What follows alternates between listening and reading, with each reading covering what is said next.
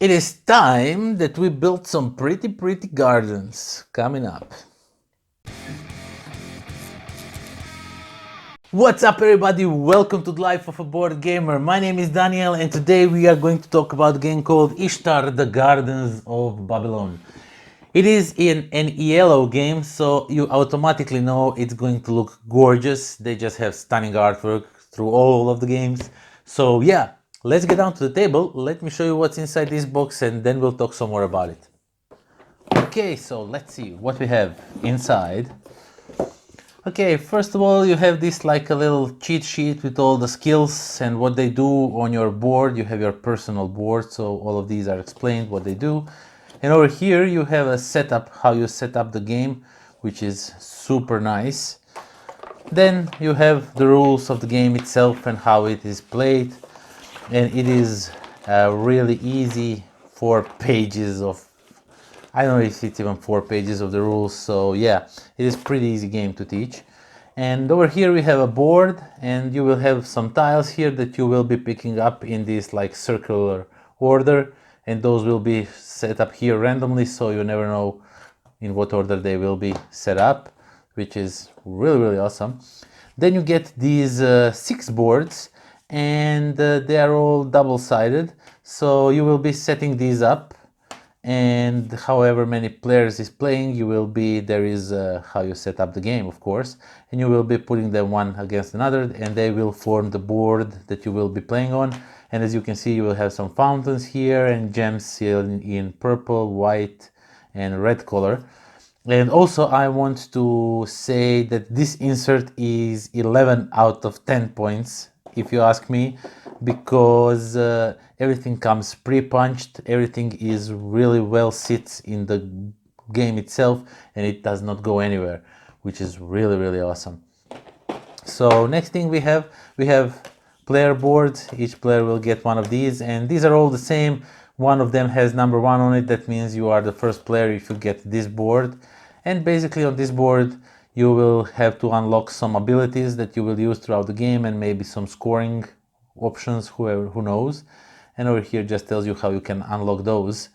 And then you have these things here that you will shuffle and you will put on this over here, this board, and then depending what they are showing, you will take some tiles of those colors and put them on the board here and here, and then you will be picking these up in a circular motion. And these are the main drive of the game, so these will be used as you have the board set up, and when you put them on a board you have to pick up the crystals, or if it's near these like stones, then you will get some points that way, or if you manage to put them beside these fountains, you will get points for those fountains. And there are, as you can see, 4 different types, like 5 different types basically. They're always 3 most of the time. And so you have this one and you have this one that is slightly like not going straight but it's curving a little bit, and then there's this clump of 3 together, and you have this double one and this one, and each player will get one of these, only one of these, access to one of these. And also, as I already mentioned you, these fountains, you have them like these cute little plastic fountains. As you can see, some of them are, you get 1 in white, 2 of these pinkish rose, and 3 of these purple. So this one is worth the most points. You will randomly pick those fountains. You will just put them under the table and just take them out and put them on this board, however many players is playing. And you will be collecting these crystals throughout the game. And these are your regular crystals, nothing out of the ordinary. Let me just show you. It is just crystals in 3 different colors, and you will be using these crystals to try and activate some of these abilities with them, and also to buy some trees that I will show you in a second. And also you get some workers in your color, whatever color you are playing, and these look really nice. These are really thick wooden workers, and they go really well with the game color wise. The colors are kind of a little bit different than usual. And then I have some promo trees that I didn't slip in yet. I was thinking of maybe doing another giveaway for this foil tree goodies cards. I will think about it. Maybe I'll just keep them. Then we have the score sheet that you will be writing your score at the end of the game. You get some tree tokens, as you can see, and these are all the same, but when you build the trees, you will just put them on these tiles, and if you control them at the end of the game, you can get some points that way. And yeah, the last thing we have are the cards. So when you are building trees, these trees on the board, you will be doing so by acquiring one of these cards, and depending which card you acquire, you will pay some gems for it, and it will bring you some amount of points. And it goes anywhere from 4 to, I think there is one card that is 15 points, the only one. No, 17 points is the biggest card. It is only one of these, and it costs 5 white gems, so it's super expensive, but it will bring you 17 points. And yeah, basically you will be acquiring these cards throughout the game and putting them on these cards and putting these trees on the board, collecting crystals, trying to control these fountains and all that. So yeah, basically that's everything that comes in the box of Ishtar. Oh, one more thing is here. This is a first player token, not a first player token, but with this one you will be deciding which of the tiles you want to choose, because this will sit on one of these. There will be tiles, of course, here, and then you will have to move it a few spaces and pick some things up, or you can pay some crystals to go further. Maybe if you want to pick this one, but you are here, you have to pay some crystals to get here, stuff like that. And yeah, that is that now. That's everything that comes in the box of Ishtar Gardens of Babylon. Okay, so that was Ishtar Gardens of Babylon. And yeah, first of all, I will start with the thing that I don't like in this game. And by all means, this is not a negative thing. It is just my lazy ass. And that is the setup. Setup for this game can be a little bit tiresome. It's nothing complicated, it's nothing out of the order, new or groundbreaking. You just need to seed the board with all the components, and I am super lazy when it comes to that. I really like when I just can put out the game and start playing it. Now, that being said, this game is super fun. I enjoyed playing it so much. It is just wonderful how everything works in this game. So you have these tiles and you are trying to put them on a board and collect all these gems in different colors, as you saw.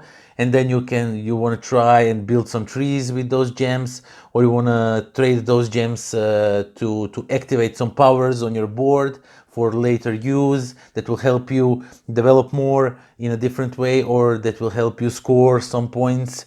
And it is really nice how you're trying to find the balance, because you can invest really heavily in that board and in those points, or you can be very invested on the board itself, not your personal board with all that extra stuff that you can activate and get points that way. But also you can be heavily invested, like I was heavily invested on the board itself, trying to create the biggest garden with most flowers, to control as many fountains as I possibly can and get points that way. And in the process, getting few of these abilities on your personal board thingy. And I don't know, the components, as I already said, the artwork, it is just gorgeous. The game looks gorgeous. Any kind of picture when you are playing this game, when I usually play the game, I always take pictures so I can put them on my Instagram. And with this game, any picture I take, it is just wonderful picture. You have to really you don't really need like that perfect angle or anything. I don't know, the game looks gorgeous. The replay value is through the roof, because all these boards that you will set up are double-sided.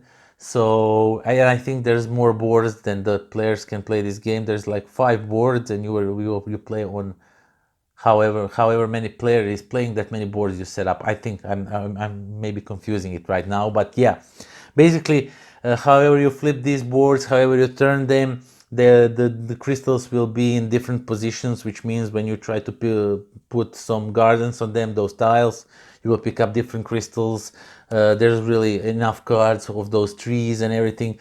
I don't know, the game was just super fun. Besides the setup, which my lazy ass will probably from now on try and ditch it on some other players. When I sit and play this game with other players, I'll probably try and sneak out of the setup part. And I'm constantly repeating it like it's really bad thing, but it's, I don't know, I just didn't like it, but it's really not that bad. I don't want you to think that oh, I don't want to play this game. I think you should definitely try this one. It is light fun, but it is light game in a sense. It is easy to teach. There's really few rules that you need to know, but then when you are starting playing it and trying to combine all of those rules and how can I pick up the most and be influential on all the fountains and then still develop your board with all the special abilities and maybe get some points that way, and should I go for the crystals and points? I don't know, there's really so many routes how you can try and win this game. It is just phenomenal.